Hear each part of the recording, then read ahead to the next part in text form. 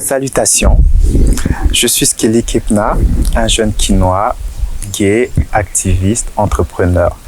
Et donc aujourd'hui, je suis très heureux de vous recevoir dans ce premier épisode de la 3e saison de Let's Talk About LGBTIQ. Cette saison est destinée aux jeunes LGBTIQ pour leur développement personnel. Hervé Greg est un jeune gay congolais de 34 ans. Il est ingénieur informatique et actuellement, il occupe le poste de chef de projet informatique.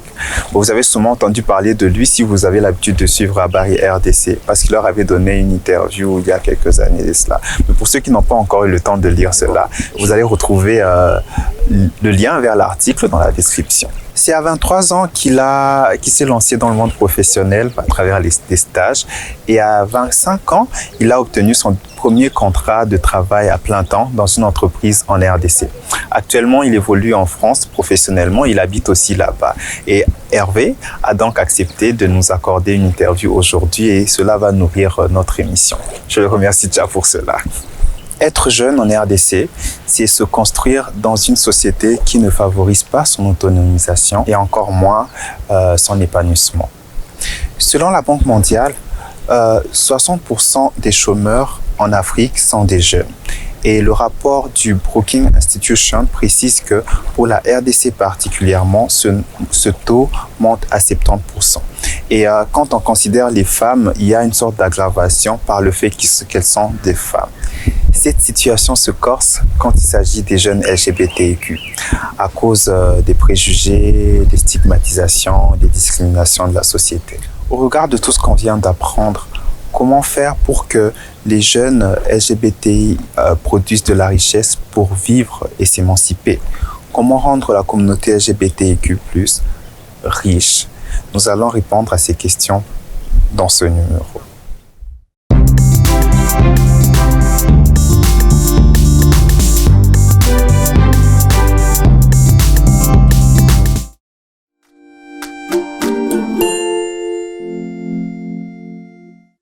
Très souvent, on t'oblige à te normaliser, donc à avoir une vision carrée de la vie.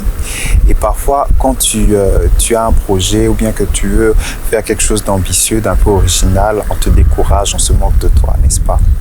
Le mot rêveur est souvent synonyme de ennuyeux dans la société. Et pourtant, c'est le point de départ de création de richesse. Parce que, tu vois, rien ne se crée, rien ne se réalise sans être pensé en avant. Au préalable. Donc, il est important que tu puisses avoir des rêves. Donc, je t'encourage à vraiment rêver, et à arriver avec audace. Je te propose un exercice. Trouve un carnet ou un fichier sur ton ordinateur ou encore sur ton cloud où tu notes toutes les idées et les désirs que tu souhaites accomplir. Oui, je parle bien de tes rêves. Tu t'en doutes bien, avoir les rêves plein la tête ne suffit pas. Il faut en plus de cela avoir une vision claire de sa vie, avoir une image mentale précise de ce qu'on veut être. D'abord, visualise le style de vie que tu convoites. Après, essaie de détailler ce que tu comptes réaliser dans les différentes périodes de ta vie. Ensuite, comme sur une ligne du temps, trace ta vie et note à quel moment tu veux réaliser chacun de tes rêves. Essaie d'être le plus précis possible. Cet exercice te prendra sûrement du temps, donc fais-le quand tu seras libre. Garde en mémoire que tes rêves sont des projets et que c'est eux qui vont garantir le style de vie que tu veux mener. Dès que tu sais quand est-ce que tu souhaites réaliser chacun de tes projets, concentre-toi sur ce que tu veux réaliser dans les 5 ans qui viendront. À ce sujet, c'est important de savoir que chaque projet doit être décrit.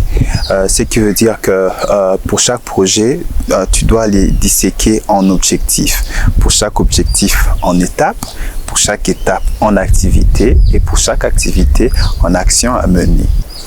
Autre chose, chaque objectif doit être SMART. Que faut-il comprendre par SMART? Quand je dis qu'un objectif doit être SMART, je sous-entends qu'il doit être spécifique. On sait tous que quand on a un projet est constitué de plusieurs actions et chaque action doit avoir un objectif clair. Autre chose, l'objectif doit être mesurable. Ça veut dire quoi? Pour chaque objectif, on doit avoir un indicateur de résultat. On doit savoir que pour cet objectif, le résultat concret que je cherche à atteindre, c'est ceci. Atteignable, donc le A de SMART veut dire que en fait, un projet, un objectif doit avoir des étapes à franchir. On ne peut pas réaliser un objectif en un coup comme ça. Il faut le subdiviser en étapes, comme je t'ai déjà dit. Et voilà. Autre chose, le terme réaliste veut dire que pour chaque objectif, pour chaque étape, on doit avoir des ressources claires, des ressources matérielles, c'est-à-dire que le matériel que tu as besoin d'utiliser, les ressources humaines, les personnes qui vont entrer, avec qui tu vas collaborer, ou bien qui doivent intervenir dans la réalisation de cet objectif, et les ressources temporelles, c'est-à-dire le temps que tu dois mettre pour chaque action. Nous avons T pour temporellement défini, ce qui veut dire que chaque objectif, chaque étape doit avoir une deadline, un temps limite où ça doit être fini, ça doit être finalisé. Maintenant, parlons argent.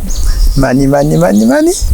C'est important de noter que l'argent n'est pas une finalité, mais un outil utile et important pour concrétiser un projet, mais aussi pour entretenir le style de vie que l'on veut mener. Donc, si la finalité n'est pas l'argent, sa finalité, c'est de circuler pour soutenir tes projets sans être gaspillé. Donc, l'argent doit être à ton service et non l'inverse. Bon, en outre, tu dois prendre conscience que le potentiel de réussite et de succès pour toi, ce sont tes idées et non l'argent. Pourquoi? Parce que ce sont tes idées exploitées qui vont t'apporter de l'argent et non le contraire. Donc, la véritable richesse pour toi, ça n'est pas l'argent, mais c'est plutôt tes idées. Cependant, pour obtenir de l'argent, il y a deux possibilités. Soit travailler ou bien fructifier l'argent que tu as déjà. J'espère qu'à travers ces exercices et mes conseils, tu as pu comprendre que la richesse, c'est d'abord un état d'esprit, avoir des projets, travailler dessus et croire fermement à l'accomplissement de tes projets. Tout ce que je t'ai expliqué dans la première partie, c'est la base. Maintenant, je vais te donner 3 points importants à développer pour lutter contre le chômage. Premièrement, tu ne dois pas négliger tes études.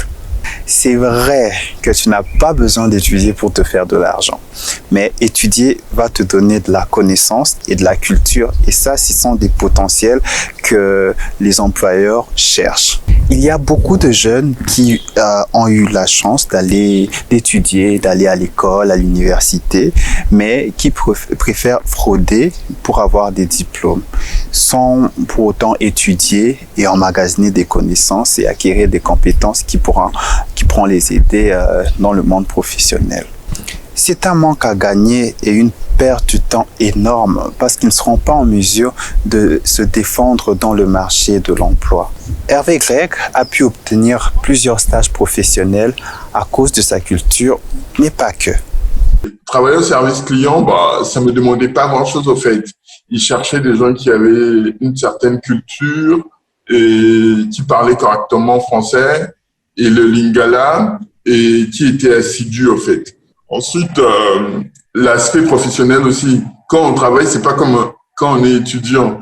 Il faut être à l'heure tous les matins, mais à l'heure, au service client, je pense que ça fait partie du service où on est très exigeant avec vous. Il faut être à l'heure à l'arrivée, il faut être à l'heure quand il faut revenir de la pause et la fin de la journée. Bon, bref, j'ai été vraiment rodé au milieu professionnel plutôt. Et ça m'a permis, d'avoir un peu, de savoir, en fait, quand on me parle d'un job, de savoir ce qui est attendu de moi et qu'est-ce que je peux faire. Et plus tard, je l'ai mis en valeur quand je passais mes entretiens. Deuxièmement, si tu es étudiant, cherche des stages professionnels. Bon, cela va aiguiser ton sens professionnel, premièrement. Puis deuxièmement, ça va te donner une expérience professionnelle qui est vraiment recherchée chez les employeurs. Alors pour moi, il faut signaler une chose. Les deux, en fait, la première fois que j'ai été en entreprise pour travailler, ça m'a permis de comprendre les codes de l'entreprise. Ça m'a permis de connaître un petit peu le secteur, l'industrie dans lequel je travaillais, qu'est-ce qu'ils attendaient des profils. Et voilà, c'était comme un premier pas pour moi dans le monde professionnel. Donc moi, déjà de ce point de vue, le fait avoir eu un contrat pour travailler pour une entreprise en étant étudiant, c'est quelque chose qui m'a énormément aidé par la suite pour me défendre de mes entretiens et pour faire voir que je connaissais leurs produits, je connaissais leurs solutions, que j'avais une idée de l'industrie. Ça, pour moi, ça a été quelque chose de très important. Enfin, il faut réellement désirer trouver du travail.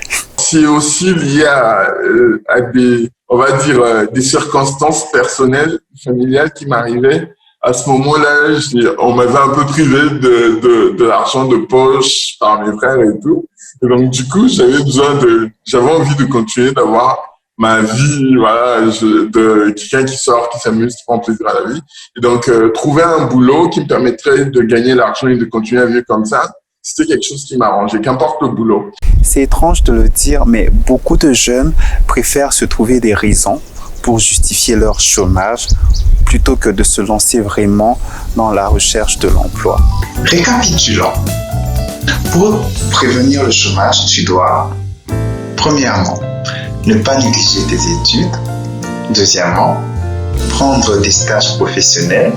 Et enfin, être vraiment motivé à trouver un boulot. En 2011,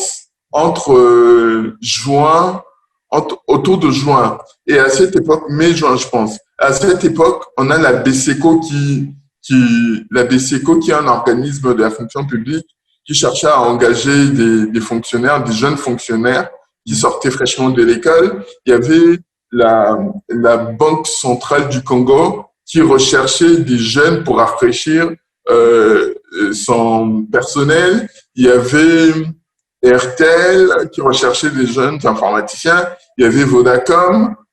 Bah, ça, c'est les 4 entreprises pour lesquelles voilà, il y avait des opportunités, mais bien présentes. Hein. Il fallait passer les concours et puis les faire. Et puis, il y avait des petites entreprises aussi. En fait, je pense 2011 en RDC, ça représente quand même un moment où la difficulté de trouver un emploi n'est pas la même qu'aujourd'hui, n'est pas la même 10 ans plus tôt, en fait.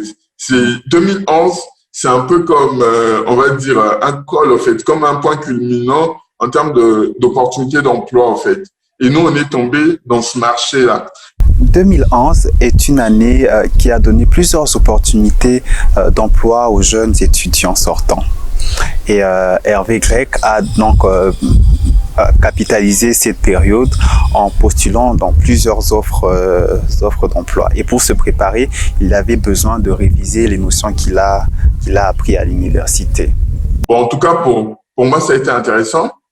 Et donc, j'ai passé les entretiens. Je me souviens pour la BCECO, je pense, il fallait passer un test, un deuxième test. Et puis, bon, je crois avoir passé le premier, on attendait le résultat du deuxième. Bon, en même temps, je dois dire, moi, le monde public, c'est pas mon truc. Me ramener dans le milieu public et tout, j'étais pas très chaud avec ça. Et je m'étais quand même inscrit à ces concours. Il y avait celui de la Banque centrale. Pour la Banque centrale, je me souviens même que la personne m'a rappelé le jour de l'entretien pour me dire « Vous venez, est-ce que vous allez venir ?» Non, genre 2 jours avant, « Vous allez venir, on a besoin des jeunes, il faut… » Voilà. Bref, à l'époque, j'avais déjà commencé, je venais de commencer chez Artel. Donc, finalement, je suis pas allé. Et Vodacom, j'avais passé, je crois, 2 ou 3 concours. Ils savaient pas marcher, j'ai échoué. Mais quand on vient de finir ses études et que on se retrouve pas pris dans ce genre de... Tu vois, on passe un concours, on se donne à fond et qu'on n'est pas sélectionné, ça dérange énormément psychologiquement. On se dit, mais merde, qu'est-ce qui a manqué? J'ai pas le niveau, il y a des soucis. Bon, bref, on se remet beaucoup en question. Mais après, il y a des réalités, il y a des présélections, il y a des choses qui se font chez nous. En fait, des fois, on est juste accompagnateur ou pas. Bon, bref, pour mon cas, on ne sait pas aller vérifier les tests qu'il y avait derrière, donc aucune idée. Alors, c'était pas gagné d'office. D'un côté, il a essuyé beaucoup de refus et de l'autre, il a refusé les opportunités qui ne correspondaient pas à sa vision de la vie. L'autre astuce utile, c'est de créer un groupe d'amis de confiance où vous pouvez partager des infos sur les offres d'emploi et des stages qui vous tombent sur le nez. Hervé Clerc aussi a utilisé cette technique avec l'un de ses amis. J'étais en contact avec, je me souviens, on recherchait le boulot avec un de mes collègues, un de mes camarades de classe à l'époque qui s'appelle Nathan Manzambi. Et Nathan, lui, il était à fond. Et on était, à chaque fois qu'il y avait une information, on se le passait l'un et l'autre. Et on avait notre petite bulle, en fait, où on recherchait chacun de son côté. Et bref, ça se passait comme ça. Par ailleurs, ta famille, tes amis, les gens que tu rencontres dans un cadre professionnel, toutes ces personnes forment ton réseau physique. C'est important de soigner ton réseau physique. Je sous-entends par là que tu dois être correct avec tout le monde, avoir des bonnes manières et construire une bonne réputation autour de toi. En outre, au-delà de soigner ton réseau physique, tu dois aussi prendre soin de ton réseau virtuel. En fait, le réseau virtuel, c'est l'ensemble de toutes les personnes qui peuvent te contacter dans les réseaux sociaux ou avec qui tu es déjà en contact dans les réseaux sociaux. Il y a un monsieur qui est tombé sur mon profil, qui à l'époque, je me souviens, il s'appelle Danny Cahill. C'est une entreprise qui avait sur le boulevard, j'oublie comment ça s'appelle, c'était à côté de Cinemax. Il faisait l'intégration des solutions informatiques, des solutions Microsoft dans les entreprises congolaises. Le monsieur, je pense qu'il doit être d'origine libanaise et il a fait ses études à l'école belge à Kinshasa. Donc, il recherchait un profil, quelqu'un qui correspondrait à plus ou moins quelqu'un qui finissait ses études, qui était en charge de l'emploi, qui coûtait pas très cher. Et bon, bref, il est tombé sur mon profil LinkedIn. Il faut dire qu'à l'époque, déjà, je nourrissais vachement mon profil LinkedIn. C'est très, très, très important. C'est très important le portail qu'on a dans ce genre de plateforme. Hervé Clerc nous a parlé de LinkedIn, mais de nos jours, un potentiel employeur peut aussi screener dans Facebook et dans Instagram. Il est donc important, d'une part, de soigner tes réseaux sociaux en mettant une bonne photo de profil, une belle photo de profil, mais aussi en soignant ta biographie. D'autre part, il faut voir ta façon de communiquer dans les réseaux sociaux. Fais gaffe aux propos que tu utilises en public parce que cela peut se retourner contre toi dans le monde professionnel. Récapitulons maintenant. Pour saisir ou forcer les opportunités d'emploi qui peuvent s'offrir à toi, tu dois réviser régulièrement tes notions acquises à l'université, créer un groupe de partage d'informations avec tes amis, sélectionner les entretiens qui correspondent à ton domaine et à tes aspirations, passer le plus d'entretiens possible, soigner ton réseau physique ainsi que ton réseau virtuel. Et le plus important, c'est que tu dois persévérer dans la recherche d'opportunités. Ça doit être ton travail de tous les jours. A priori, avec tout ce que je viens de dire, tu peux penser que, que le monde de l'emploi c'est fait que pour ceux qui sont passés par l'école ou pour ceux qui ont étudié. Parce que il faut qu'on se l'avoue, hein, la RDC fait partie des pays où la population est pauvre. C'est pas tout le monde qui a eu la chance d'avoir un baccalauréat ou un diplôme universitaire et peut-être que tu fais partie de ceux-là. Ces limitations apparentes ne peuvent pas être une raison pour toi de laisser tomber. Parce que si tu les considères comme une raison suffisante suffisante pour que tu laisses tomber. Ça veut dire qu'au fond, tu as peur d'échouer. Et la peur d'échouer peut être un frein à ton enrichissement. Recherche les moyens d'atteindre ton objectif au lieu de ruminer les raisons qui t'empêchent d'avancer. Hervé Grec, quand il s'est retrouvé en France, il n'avait plus les privilèges qu'il avait en RDC. Et je pense que mon expérience en France va peut-être être plus parlant par rapport à ce profil-là que mon expérience au Congo. Parce qu'au Congo, quelque part, je dois reconnaître que je sors d'un environnement plutôt privilégié et où tout roule quand même. Tu arrives à avoir des informations et voilà, tout évolue comme ça.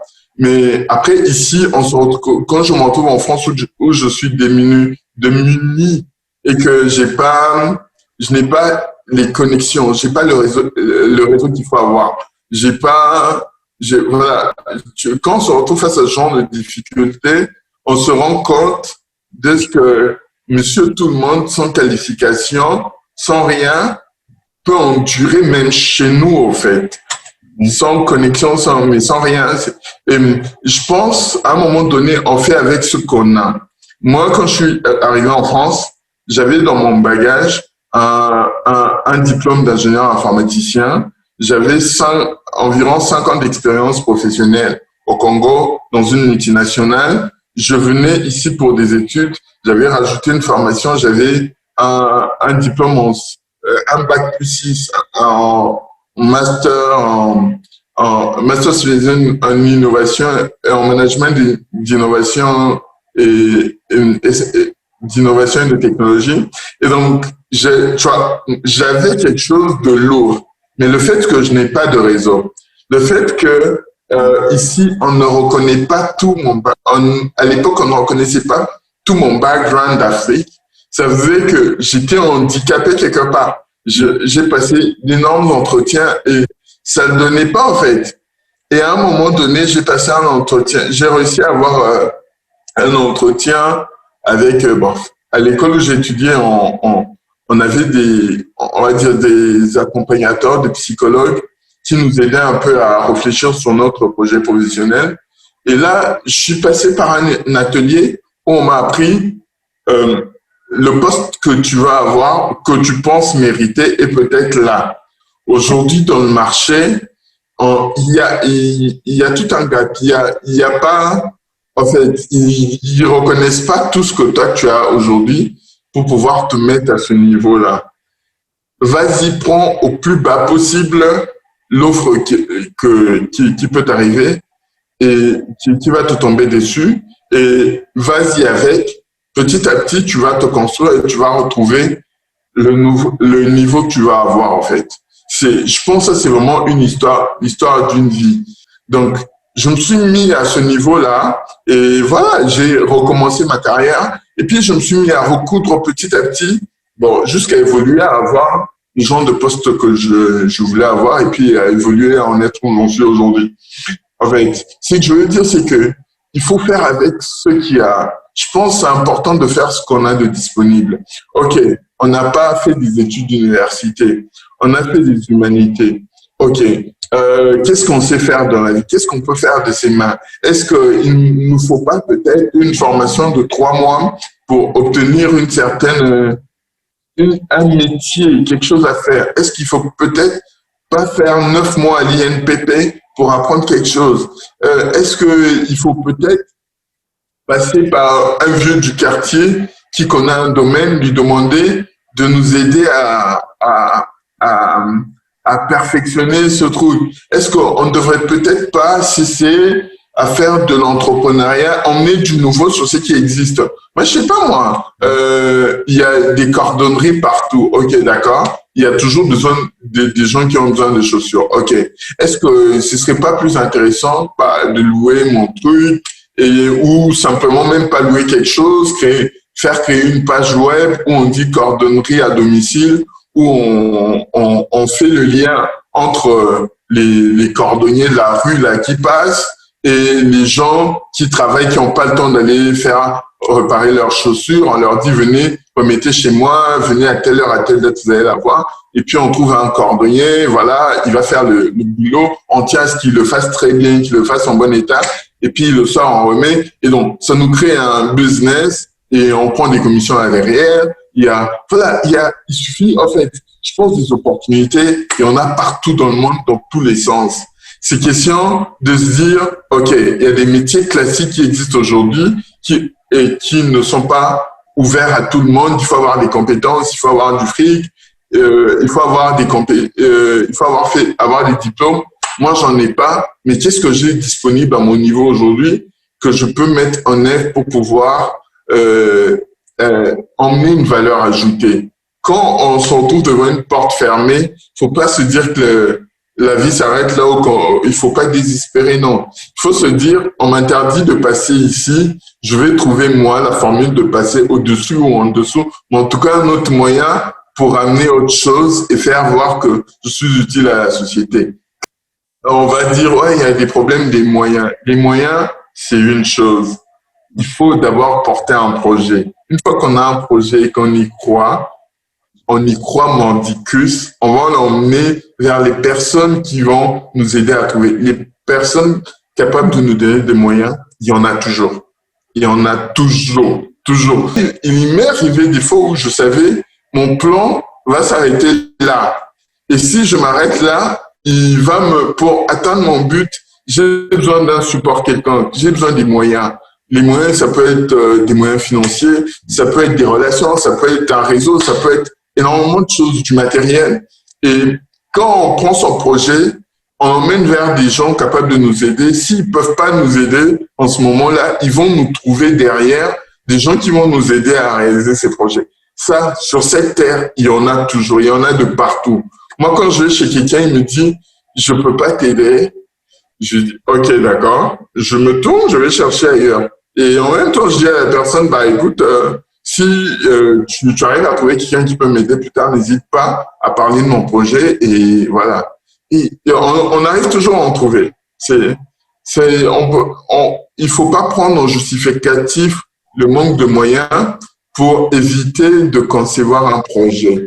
Cependant, quand tu n'as rien, il te reste encore l'opportunité d'entreprendre. Comment?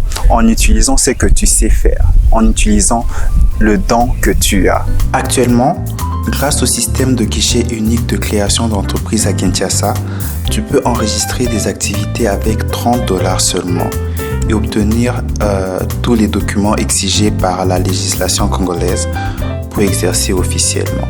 Malgré tout, pour réussir dans l'entrepreneuriat, il faut d'abord être persévérant et dédramatiser l'échec. Ensuite, il faut fréquenter des personnes positives qui t'encouragent dans ta démarche. De plus, tu dois vraiment améliorer ton rapport avec l'argent. Comme je l'ai dit au début, ton argent doit servir à soutenir ton projet et non à être gaspillé. Donc, n'utilise pas ton argent, ne les dépense pas bêtement dans des soirées arrosées ou en faisant des dépenses qui vont au-delà de ce que tu gagnes. Par contre, investis plutôt dans la connaissance. C'est-à-dire que économise pour acheter des cours, des formations afin que tu puisses développer les compétences que tu n'as pas ou bien que tu puisses améliorer les compétences que tu as déjà mais que tu ne maîtrises pas assez bien. Enfin, le dernier conseil, ça sera épargne toujours 10% de ce que tu gagnes. Moi, j'ai une vision de vie, je me dis, ils l'ont fait parce qu'ils n'ont pas su que c'était impossible. Dans ma tête, je me dis pas quelque chose d'impossible. Si j'ai envie de faire quelque chose, j'y vais. Et si je me retrouve face à un mur, bah, on va trouver un trou au mur ou bien on va trouver une voie ailleurs. Ok? Pour les autres LGBT qui sont pas visiblement, qui sont pas dans la sexualité où l'orientation sexuelle n'est pas visible. Ok? Je pense qu'il faut toujours, je pense que c'est important de diviser, de mettre clair dans sa tête l'aspect ma sexualité, mon orientation sexuelle ou ma vie sexuelle tout simplement, et de l'autre côté, ma vie professionnelle. Et je pense que quand on a envie d'emmener une valeur ajoutée, quand on a des compétences, quand on veut se vendre, on n'a pas besoin de dire à l'autre avec qui on couche, en fait. On n'a pas besoin de dire avec qui on baise. On n'a pas besoin, notre priorité, elle n'est pas là, en fait. Notre priorité, c'est, vous avez besoin de tel service, je vous l'emmène. Ou bien vous n'êtes pas conscient que vous avez besoin de tel service, moi je vous l'emmène. Essayez ce service et dites-moi ce que vous en pensez. Et où vous avez besoin de mes compétences, je vous emmène mes compétences. Ok? C'est important de noter que ceci est aussi valable pour les jeunes LGBTQ+, qui sont visibles. Pour des personnes qui peuvent pas cacher leur orientation sexuelle ou des transgenres, je pense que il y a l'aspect où il faut se dire que c'est pas impossible. Souvent, les gens se sanctionnent eux-mêmes dans leur tête, au fait. Très, très souvent. Et ils se disent non, ça va pas être possible. C'est comme être noir en France. On va se dire, moi je suis noir, et tu passes des entretiens, ça marche pas. À un moment, tu vas te dire, merde, c'est parce que je suis noir. Mais non, en fait, il n'y a pas de boulot. C'est juste des opportunités. Il y en a pas beaucoup. Et voilà, tu n'as peut-être pas encore toutes les compétences qu'il faut. Bien, tu corresponds pas exactement au profil qu'ils recherchent. Parce que quand une entreprise a besoin d'une compétence et que tu réponds exactement à ce besoin-là, l'entreprise va faire de son mieux pour pouvoir te recruter à ce poste-là. Quoi qu'il en soit. Okay? Et moi, je pense que c'est comme ça que ça devrait marcher. Les jeunes, après, quelque part, il faut avouer que chez nous, quand on est visiblement homosexuel ou bisexuel ou je sais pas moi, visiblement, ou qu'on sait qu'on est LGBT, il y aura des gens qui vont vouloir freiner ton projet. Et je pense que quelque part, le système est futé et hypocrite. Et nous, on doit aller au-delà de cette hypocrisie. On doit jouer le jeu. Et quand on est LGBT, on doit jouer le jeu de façon à ce qu'on contourne les mains. Et donc, si je suis, pour quelqu'un qui est transgenre ou visiblement homosexuel, qui retrouve des portes fermées, je pense, on se crée nos propres opportunités. On va chercher autre chose. Le truc, c'est de ne pas, et déjà, moi, je pense que quelqu'un qui est visiblement gay dans notre société, ou qui est reconnu comme tel, ça demande déjà énormément de courage. Le courage qu'ils ont de se lever de chez eux, de sortir dans la rue, de marcher, et que les gens leur disent PD dans la rue, ou bien les dans la rue, et ils sont capables d'aller jusqu'où ils vont, ils finissent, ils rentrent, ils repassent devant chez eux. Ces gens-là, mais ils ont tout gagné dans la vie. D'accord, mais quand tu as déjà ce courage-là, tu es capable de faire n'importe quoi. Tu es capable de tout réussir. Tu es genre ce qu'on appelle Chamutu Bakata. Pour toi, en fait, tu n'as pas de honte à avoir. Tu n'as pas de... En fait, quand tu es marginalisé, tu n'as pas de fierté à jouer, en fait. Tu cherches ton intérêt. Hervé Greg l'a dit, être jeune LGBTQ+ en RDC, c'est courageux. C'est courageux de se réveiller chaque matin et de braver les injures, les stigmatisations de la société. Et ce courage-là, c'est un très grand potentiel. En lieu et place de te victimiser à cause de ta différence parce que tu es LGBTQ+, ou bien de le prendre pour une fatalité, utilise ton courage, que ton courage te serve dans tes affaires.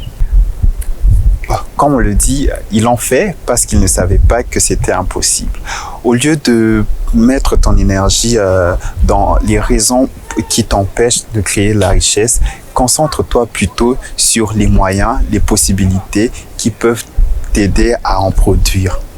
Enfin, apprends à faire la différence entre le cadre professionnel et le cadre privé. Tes clients ne sont pas tes potentiels amants.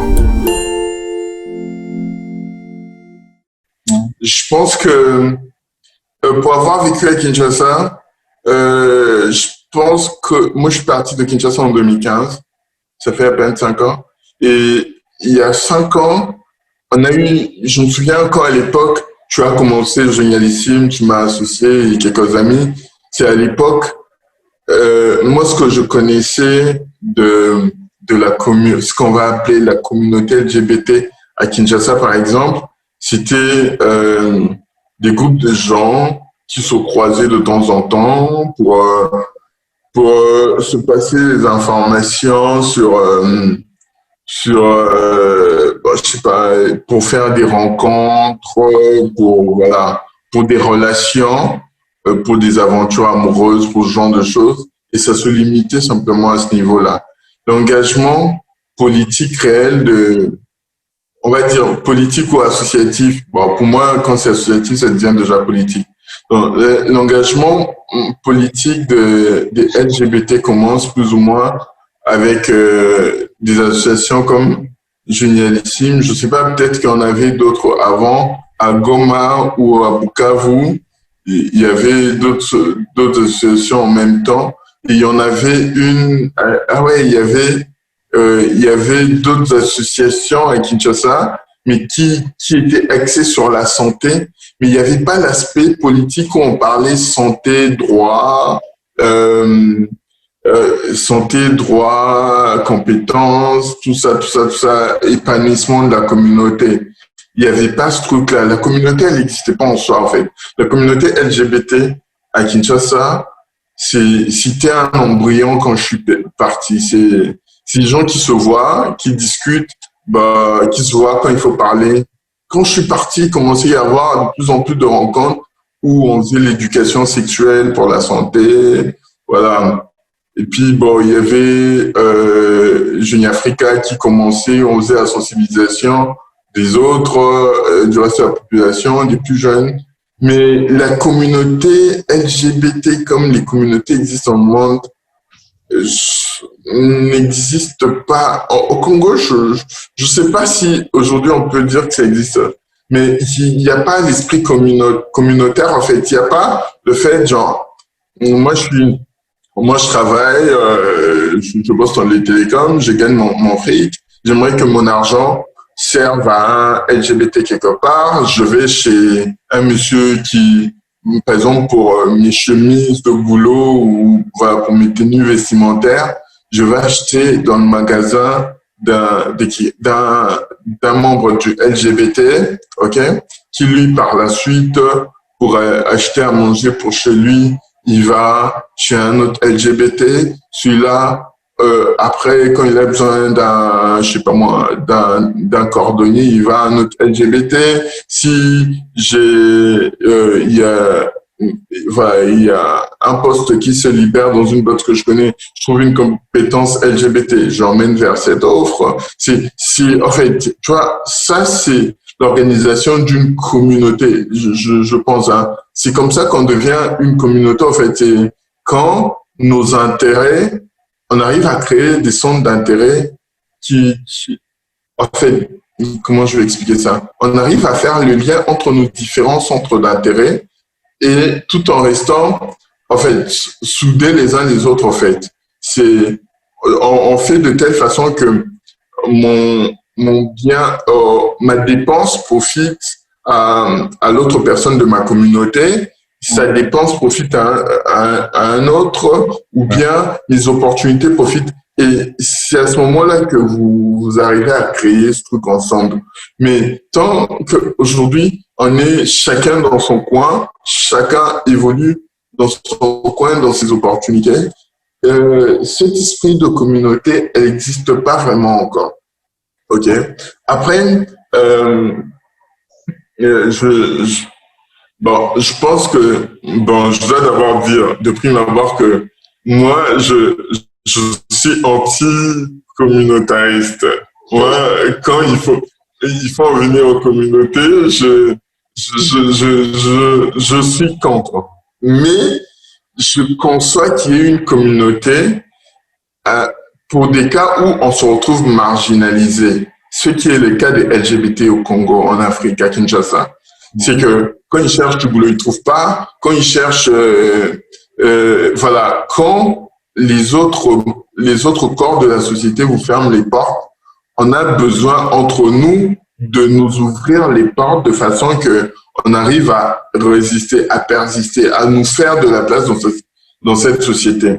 Et je pense que c'est seulement comme ça qu'on arrivera réellement à créer une idée de communauté, en fait. Et moi, je pense que, alors, il est important, genre, de faire quelque chose en une plateforme où on fait un répertoire, par exemple, genre, quand tu arrives à Kinshasa, tu veux sortir, va à tel endroit, c'est LGBT friendly, et que ces personnes-là, voilà, sachent que les gens qui vont venir là-bas, ça va être évidemment des LGBT qui doivent bien prendre soin d'eux. Si tu veux aller te faire,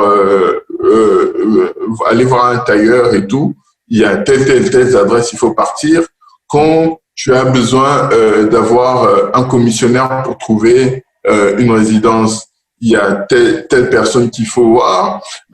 Quand tu as besoin de louer un appartement, il faut aller chez telle personne dans leurs appartements. Et le truc, c'est aussi de faire que les LGBT qui vont venir trouvent un service de qualité et de prix correct et même de meilleur prix que le reste de la population.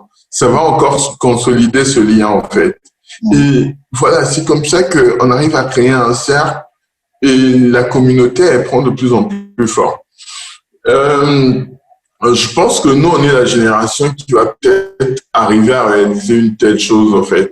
On est de la génération, nous, moi je dis nous, mais nous, on est les aînés de cette génération. Parce que c'est encore les plus jeunes, c'est les plus jeunes qui vont pouvoir le faire.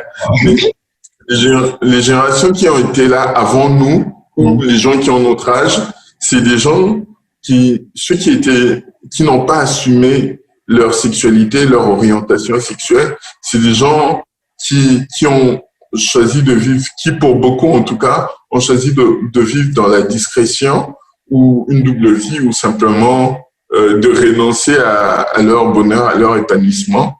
Et c'est des gens sur lesquels il ne faut pas compter en fait. Je pense que c'est aux plus jeunes qu'on doit peut-être donner ce genre de conseils, de savoir que voilà, pour tel besoin, s'il faut que je pense en premier, bah, je sais peut-être qu'il y a une plateforme qui répertorie les différents noms d'établissements ou voilà, ou d'avocats voilà, c'est eux que je vois en premier.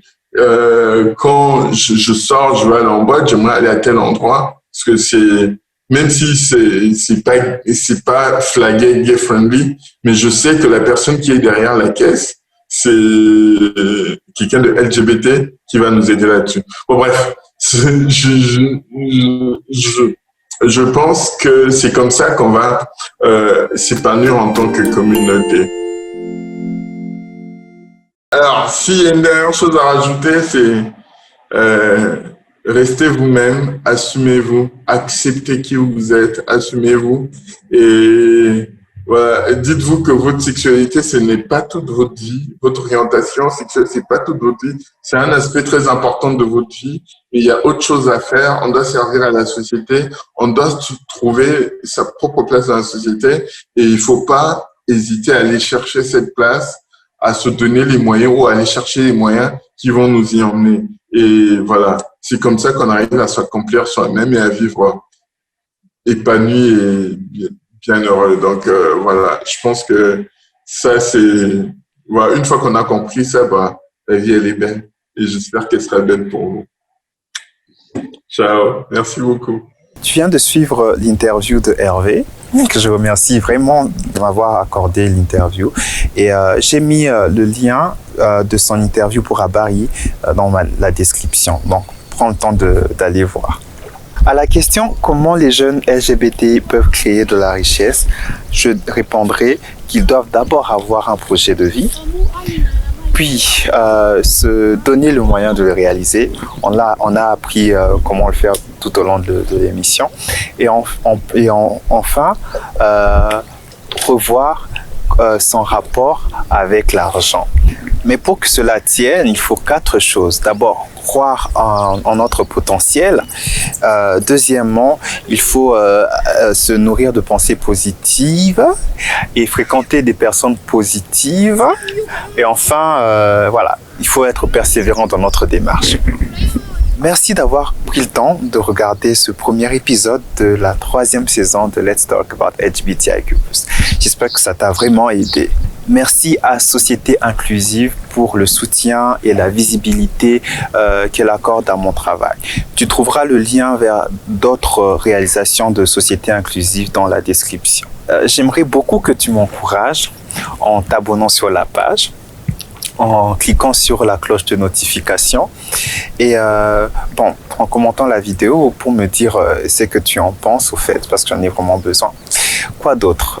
Si tu peux partager cette vidéo à d'autres, ça sera bien, ça va vraiment m'encourager dans mon travail.